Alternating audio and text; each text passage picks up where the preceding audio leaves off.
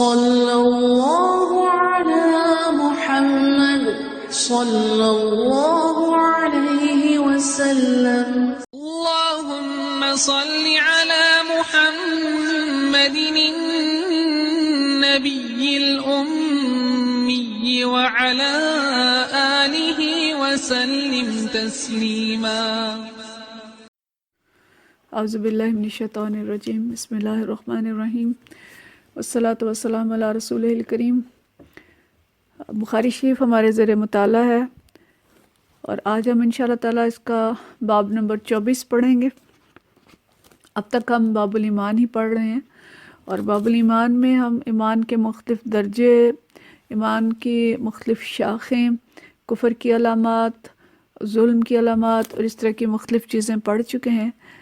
آج کا جو باب ہے یہ باب علامت المنافق ہے کہ منافق کی نشانیاں کیا ہیں. باب نمبر 24 ہے اور حدیث نمبر 33 اور 34 انشاءاللہ تعالی ہم دیکھیں گے. اس باب میں پہلی حدیث جو ہے حضرت ابو ہریرہ رضی اللہ تعالیٰ عنہ سے روایت کی گئی ہے.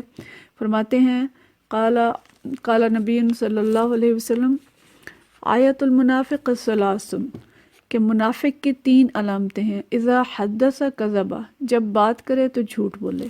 واذا وعد اخلف، اور جب وعدہ کرے تو اس کا مخالف کرے، اس کو پورا نہ کرے. واذا اؤتمن خان، اور جب اس کو کوئی امانت دی جائے تو اس میں خیانت کرے. اگلی حدیث میں ایک علامت کا اور اضافہ ہے اور یہ حدیث جو ہے عبداللہ بن عمر رضی اللہ تعالیٰ عنہ سے روایت ہے. فرماتے ہیں قال رسول اللہ صلی اللہ علیہ وسلم 4 من کن فیہ کان منافقا خالصا، کہ جس میں 4 عادتیں ہوں وہ خالص منافق ہے.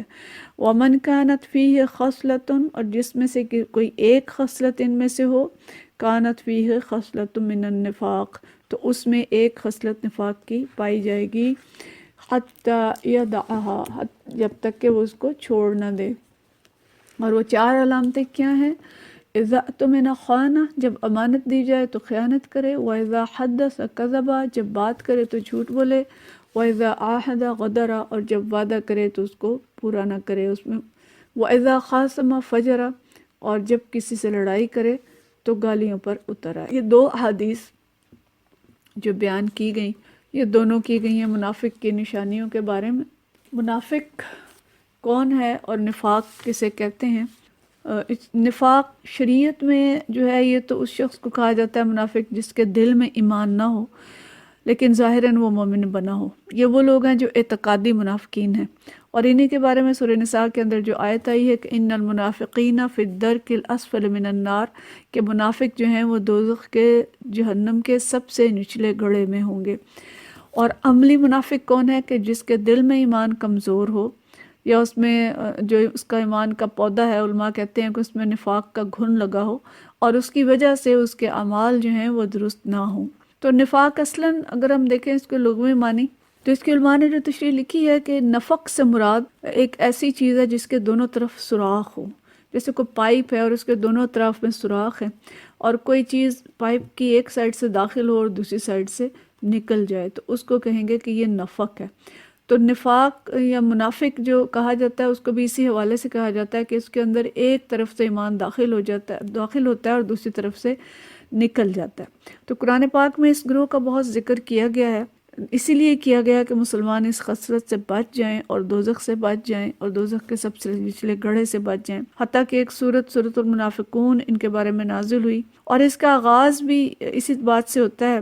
ان کی جو ایک خصلت ہے کہ یہ کہتے تھے کہ نبی کریم صلی اللہ علیہ وسلم اللہ کے نبی ہیں، لیکن اللہ فرماتا ہے کہ آپ تو اللہ کے نبی تو ہیں لیکن واللہ یشہد ان المنافقین لکاذبون، کہ اللہ گواہی دیتا ہے کہ یہ منافق جھوٹے ہیں. یعنی اس صورت کے آغاز میں بھی منافقین کی جو سب سے پہلی صفت بتائی گئی وہ جھوٹ. اور اس حدیث میں بھی جو نفاق کی علامتیں بتائی گئی ہیں وہ یہی بتائی گئی ہیں: جھوٹ، وعدہ خلافی، خیانت، اور جب لڑائی پیش آئے تو گالم گلوچ اور بد زبانی کرنے لگ جائے. تو ہمیں ان چیزوں کے بارے میں تو ہم دیکھتے ہی ہیں انشاءاللہ تعالیٰ، لیکن یہ کہ بہت زیادہ فکر مندی ہونی چاہیے اور صحابہ کرام رضوان اللہ مجمعین بہت فکر کرتے تھے. نبی کریم صلی اللہ علیہ وسلم نے منافقین کے نام جو مدینہ میں منافقین تھے صرف ایک صحابی کو بتا رکھے تھے، ان کا چرچا نہیں کیا تھا. تو اکابر صحابہ بھی فکر مند رہتے تھے. خاص طور پہ حضرت عمر رضی اللہ تعالیٰ عنہ کے بارے میں آتا ہے کہ وہ جو صحابی تھے ان کے پیچھے وہ پھرا کرتے تھے اور ان سے کہتے تھے کہ کہیں اس میں میرا نام تو نہیں ہے. اور حضرت حنظلہ رضی اللہ تعالیٰ عنہ کا واقعہ بہت مشہور ہے جو ہم سب نے سنا ہوگا کہ ایک دن مدینہ کی گلیوں میں آواز لگاتے پھر رہے تھے کہ حنظلہ منافق ہو گیا. تو انہی صحابہ کرام اس قدر فکر مند ہوتے تھے کہ کہیں ہمارے اندر کوئی ایسی خصلت نہ پائی جائے اور ہم اللہ کی رحمتوں سے محروم نہ ہو جائیں. تو ہمیں بھی اسی طرح سے فکر مند ہونا چاہیے اور قرآن پاک سے حدیث سے اس موضوع کا بھی مطالعہ کرنا چاہیے. اور اس کے علاوہ بھی جو دیگر موضوعات ہیں کہ کفار کے بارے میں اور جتنے دوسرے گروہ بیان کیے گئے ہیں قرآن کے اندر ان سب کے بارے میں ہمیں جاننا چاہیے اور اپنے آپ کو پرکھتے رہنا چاہیے. آج کی جو حدیث ہے اس کے بارے میں ہم دیکھتے ہیں کہ منافق کے جو علامات بیان کی گئی ہیں وہ کیا کیا ہیں. جو علامت بیان کی گئی ہے وہ یہ کہ جب بات کرے تو جھوٹ بولے اور وعدہ کرے تو کے خلاف کرے اور کوئی چیز اس کے سپرد کی جائے تو اس میں خیانت کرے، امانت سپرد کی جائے تو اس میں خیانت کرے. تو سچائی اور امانت و دیانت دونوں ملتی جلتی چیزیں ہیں اور نبی کریم صلی اللہ علیہ وسلم نے ان کا تذکرہ بھی اکٹھا ہی کیا ہے. اس حدیث میں بھی اکٹھا آیا اور اکثر یہ ہمیں ملتا ہے کہ آپ جب خطبہ دیا کرتے تھے تو اس میں اکثر جو جملہ بولتے تھے کہ لا ایمان لمن لا امان لہ ولا دین لمن لا عہد لہ. نہیں، جس میں امانت نہیں ہے اس کا ایمان نہیں، اور جس میں عہد کی پابندی نہیں اس کا دین نہیں. یعنی ان دونوں چیزوں کو اکٹھا. اور اسی طرح سے سچائی کے بارے میں بھی تو ہم بھی دیکھیں کہ جھوٹ اور سچ اس وقت کا جو پاکستانی معاشرہ اس کا بہت بڑا المیہ ہے، بلکہ دنیا کا ہی المیہ ہے. دنیا میں اگر ہم دیکھیں تو میڈیا سچ کی بجائے جھوٹ پہ چل رہا ہے، حکومتیں جھوٹ پہ چل رہی ہیں، کاروبار جھوٹ پہ چل رہے ہیں، اور سچائی بہت ہمیں یعنی چند ہی جگہوں پہ ملے گی کہ جہاں پہ کوئی سچائی جو ہے وہ موجود ہو. تو نبی کریم صلی اللہ علیہ وسلم نے جھوٹ کی بہت زیادہ مذمت کی ہے اور اس کو ایک خبیث خصلت بیان کیا ہے اور حکماً یہ فرمایا ہے کہ تم سچائی کو لازم پکڑو. یہ بخاری اور مسلم کی حدیث ہے اور عبداللہ بن مسعود رضی اللہ تعالیٰ عنہ سے روایت ہے. فرمایا کہ تم سچائی کو لازم پکڑو اور ہمیشہ سچ ہی بولو، کیونکہ سچ بولنا نیکی کے راستے پر ڈال دیتا ہے اور نیکی جنت تک پہنچا دیتی ہے. اور آدمی جب سچ ہی بولتا ہے اور سچائی اختیار کر لیتا ہے تو وہ مقام صدیقیت تک پہنچ جاتا ہے، یہاں تک کہ اللہ کے ہاں صدیقین میں لکھ دیا جاتا ہے. یعنی ایک طرف تو یہ سچائی ہے کہ جب کوئی انسان سچائی اختیار کرتا ہے اور زندگی بھر وہ سچ ہی بولتا ہے تو اللہ تعالیٰ کے ہاں اس کا مقام جو ہے وہ صدیقین میں لکھ دیا جاتا ہے. اور دوسری طرف فرمایا کہ جھوٹ سے بچتے رہو، کیونکہ جھوٹ بولنے کی عادت آدمی کو بدکاری کے راستے پر ڈال دیتی ہے. ظاہر ہے جب انسان جھوٹ بولتا ہے تو اس کے لیے کوئی گناہ کرنا بھی مشکل نہیں رہتا، کیونکہ وہ ہر غلط کام کرنے کے بعد جھوٹ بول دیتا ہے کہ میں نے تو ایسا کیا ہی نہیں، اور اس کے نتیجے میں اس کا دل سیاہ ہوتا چلا جاتا ہے. تو اس لیے حدیث میں جو فرمایا کہ جھوٹ بولنے کی عادت آدمی کو بدکاری کے راستے پر ڈال دیتی ہے اور بدکاری اس کو دوزخ تک پہنچا دیتی ہے، اور آدمی جھوٹ بولنے کا عادی ہو جاتا ہے اور جھوٹ کو اختیار کر لیتا ہے تو انجام یہ ہوتا ہے کہ وہ اللہ کے ہاں کذابین میں لکھ دیا جاتا ہے. یہ بخاری اور مسلم دونوں کی حدیث ہے. یعنی جس طرح سے سچائی جنت تک پہنچاتی ہے تو جھوٹ اور جھوٹ کا مستقل زندگی میں اس کا ایک حصہ بن جانا وہ اس کو بدکاری کے راستے پہ اور غلط راستے پہ ڈال دیتا ہے، بالآخر انسان دوزخ میں داخل ہو جاتا ہے. اسی طرح سے ایک دفعہ صحابہ کرام رضوان اللہ مجمعین نبی کریم صلی اللہ علیہ وسلم کے پاس موجود تھے. آپ وضو فرما رہے تھے اور صحابہ وضو کا پانی لے لے کے اپنے چہروں اور جسموں پر مل رہے تھے. تو آپ صلی اللہ علیہ وسلم نے فرمایا کہ تم کو کیا چیز اس فعل پر آمادہ کرتی ہے؟ تو انہوں نے کہا کہ اللہ اور اس کے رسول کی محبت. تو آپ نے فرمایا کہ جس شخص کو یہ خواہش ہو اور وہ چاہے کہ اللہ اور اس کے رسول صلی اللہ علیہ وسلم سے حقیقی محبت ہو یا اللہ اور اس کے رسول اس سے محبت کریں تو اسے چاہیے کہ جب وہ بات کرے تو ہمیشہ سچ بولے، اور جب کوئی امانت اس کے سپرد کی جائے تو اس میں ادنا سی خیانت نہ کرے، اور جس کے پڑوس میں اس کا رہنا ہو اس کے ساتھ اچھا سلوک کرے. تو اس طرح سے ہمیں معلوم ہوتا ہے کہ اللہ اور اس کے رسول کی محبت حاصل کرنے کا طریقہ بھی یہی ہے کہ سچائی کا راستہ اختیار کیا جائے، امانت داری کو شعار بنایا جائے اور جھوٹ اور خیانت کے طریقے سے پرہیز کیا جائے. اگر یہ چیزیں نہیں تو محبت کا محض دعویٰ یا اس طرح کے کوئی کام کر لینا کہ جو علامتی کام ہوں ان سے ہمیں اللہ اور رسول کی محبت حاصل نہیں ہوگی. تو اس لیے یہ حدیث جو ہے بڑی اہم حدیث ہے، اس پہ ہم غور کریں. اور ایک جگہ اور نبی کریم صلی اللہ علیہ وسلم نے فرمایا مومن کی طبیعت اور فطرت میں ہر خصلت کی گنجائش ہے سوائے جھوٹ اور خیانت کے.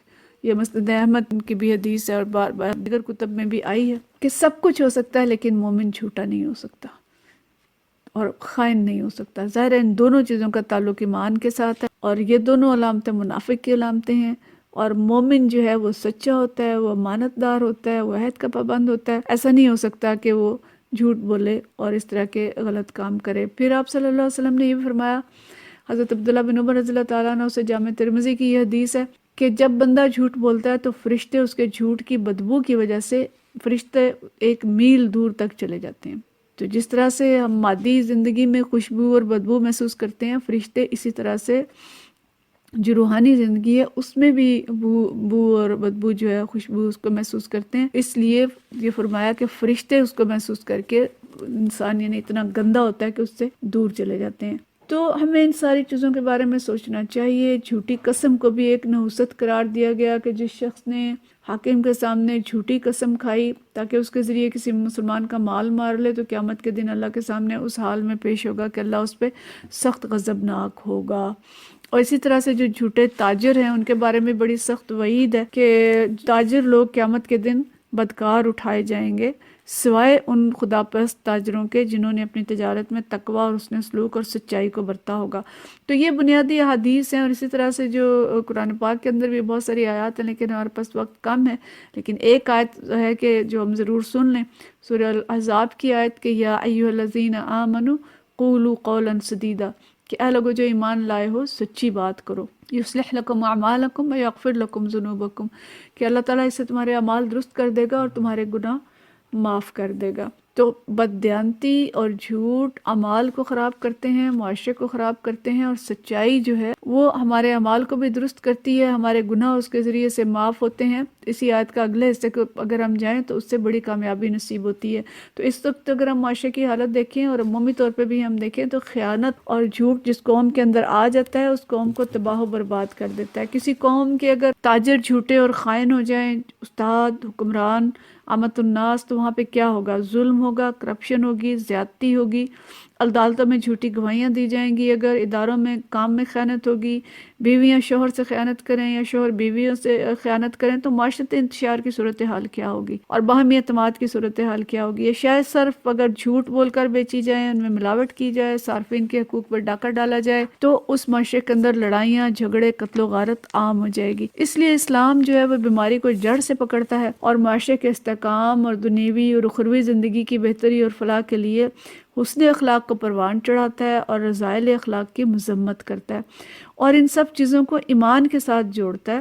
اور جب ایمان کے ساتھ اس کو جوڑ دیا جاتا ہے اور حسن خلق کو ایمان کی علامت قرار دیا جاتا ہے اور اس کے نتیجے میں جنت کی بشارت دی جاتی ہے، اور جو رذائل اخلاق ہے ان کو نفاق کے ساتھ اور کفر کے ساتھ جوڑا جاتا ہے اور اس کے نتیجے میں دوزخ کی بشارت دی جاتی ہے، تو ظاہر ہے کہ انسانوں کے اندر پھر انقلاب آتا ہے، انسان سنورتے ہیں اور پھر معاشرہ بھی اس سے سنورتا ہے.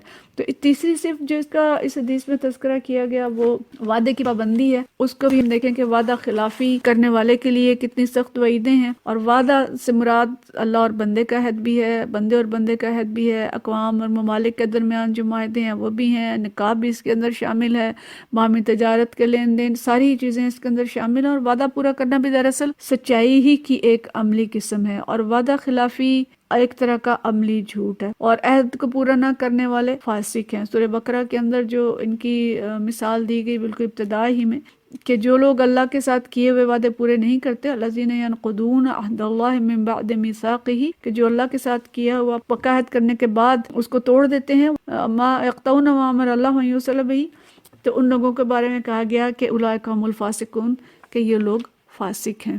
اور بنی اسرائیل کے بارے میں یہ کہا گیا کہ اللہ تعالیٰ نے انہوں نے اللہ کے ساتھ جو عہد کیے تھے وہ توڑے، تو اس کے نتیجے میں اللہ تعالیٰ نے ان کے دل سخت کر دیے. فَبِمَا نَقْضِهِمْ مِيثَاقَهُمْ وَجَعَلْنَا قُلُوبَهُمْ قَاسِيَةً، کہ جو انہوں نے عہد کیے تھے جب انہوں نے وہ توڑ دیے تو اللہ نے ان کے دلوں کو پتھروں کی طرح سخت کر دیا.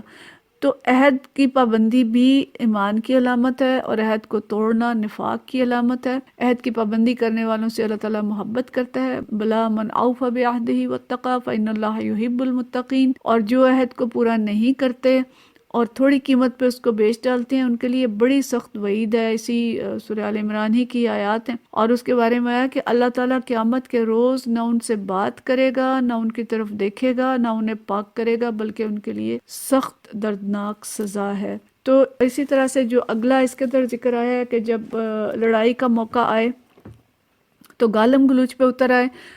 یہ بھی انسان کی انتہائی پستی کی علامت ہے کہ وہ غصے میں آپے سے باہر ہو جائے اور اسے بالکل آداب کا خیال ہی نہ رہے اور گری ہوئی زبان استعمال کرنے لگے۔ تو یہ 4 علامتیں ہیں۔ اگر ہم قرآن پاک پڑھیں تو اس میں بہت ساری دیگر علامات بھی بیان کی گئی ہیں جن کا یہاں پہ بھی ہمارے پاس وقت نہیں ہے، لیکن اگر ہم اپنے لیے عہد کریں کہ انشاءاللہ ہم نفاق کی ان ساری علامتوں سے بچنے کی کوشش کریں گے، اور باب الایمان ہم پڑھ رہے ہیں تو اپنے ایمان کے استحکام کے لیے ہم جتنی بھی حسن خلق کی علامات بیان کی گئی ہیں جو اس کے الٹ ہوں گی، کہ ہم سچائی اپنائیں گے، امانت اور دیانت اپنائیں گے، اور اپنی تمام ذمہ داریاں امانت سمجھ کے ان کو اچھے طریقے سے ادا کریں گے، جس کے ساتھ عہد کیا رہے گے اس کو پورا کرنے کی کوشش کریں گے، اور اپنی زبان کی حفاظت کریں گے، تو انشاءاللہ تعالی ایمان اس سے مستحکم ہوگا اور ہم اللہ کے حضور سرخرو ہوں گے۔ اور جو اللہ تعالیٰ نے وعدے فرمائے ہیں کہ اس سے یصلح لکم اعمالکم ویغفر لکم ذنوبکم، کہ ہمارے اعمال اللہ درست کر دے گا، جو کمزوریاں کمیاں ہوں گی ان کو دور کرے گا اور مغفرت فرمائے گا، اور دنیا اور آخرت میں بہترین کامیابی عطا فرمائے گا اور حیات طیبہ عطا فرمائے گا۔ تو اللہ تعالیٰ ہمیں ان سب اخلاق ہیں بہترین ان پہ عمل کرنے کی توفیق عطا فرمائے، اور جو رذائل اخلاق ہیں ان سے بچنے کی توفیق عطا فرمائے، آمین۔ صلی اللہ علی محمد صلی اللہ